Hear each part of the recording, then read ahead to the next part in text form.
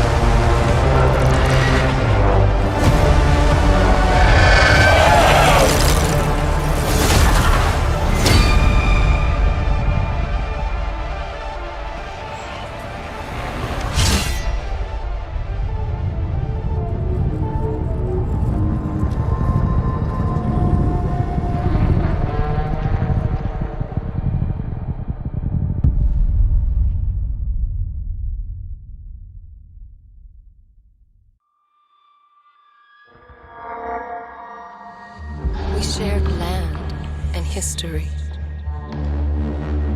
But their lies intoxicated you. You burned our homes and slaughtered our families. No longer am I frozen in terror, grief, and rage. Now all I feel is the ecstasy of revenge. Grief and rage. Ecstasy of revenge. Terror, all I feel.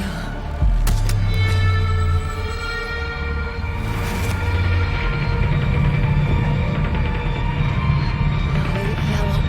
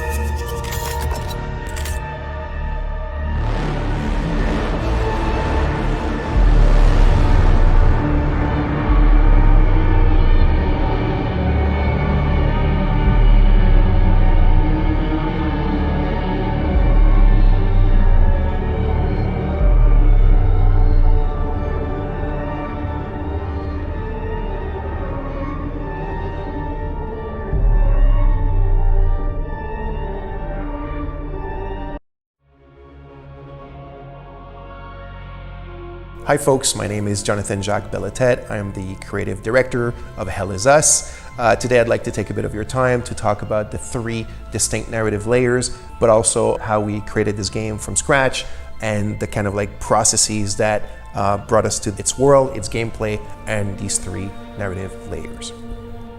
So for Hell Is Us, I took a bit of time to figure out what I wanted these kind of high-level directives to be. And they're a mixed bag of things that had always been dear to me and also stuff that I kind of knew that the team also wanted to try and work with. So I came up with about 5 or 6 and I proposed them to the team and we all agreed and we went ahead with them. So the first one at the top of the list is exploration and discovery. When it's truly player driven, when it's like player cognitive abilities that are putting 2 and 2 together to discover the secrets of the game through your exploration.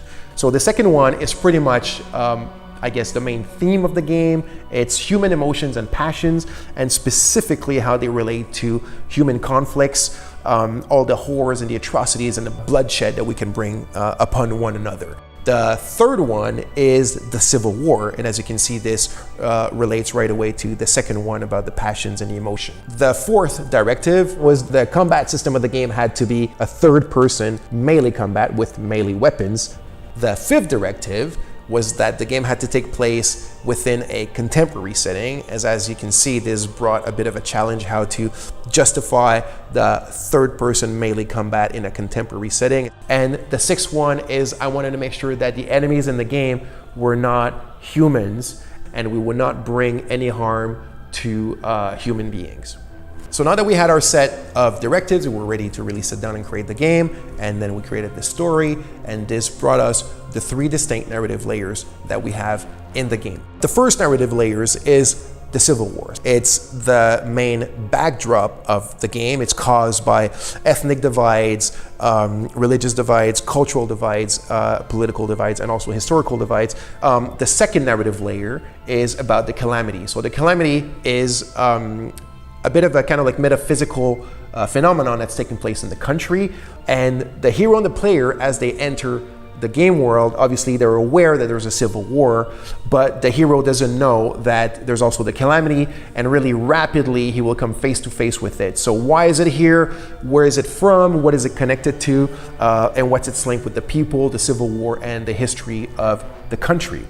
The third narrative layer is the family. So this is something that's really dear to me, and mostly when we look at it through the lens of conflicts, war, civil war, and whatnot, because families are often one of the first victims of conflicts, especially children as well. But our hero was actually born in the hermit state, but his parents smuggled him out when he was 5 years old. He's always wanted to come back because he's got questions, right? He wants to know, who they are, why did they abandon him, and also who is he, because he's missing that part of himself that your parents kind of provide you. So all these three narrative layers are different, but they intertwine. One of them is the one that truly brings you through the main story, but since the game is fairly open-ended and non-linear, the players are free to oscillate between these three layers as they see fit, and kind of put them together to form the big picture of the game and the entire puzzle, or almost the entire puzzle, to make sense of what's going on inside this country. So in the near future, we'll talk a lot more about these things and a lot more details. This was it for now. I hope you enjoyed. Thank you for watching, and see you soon.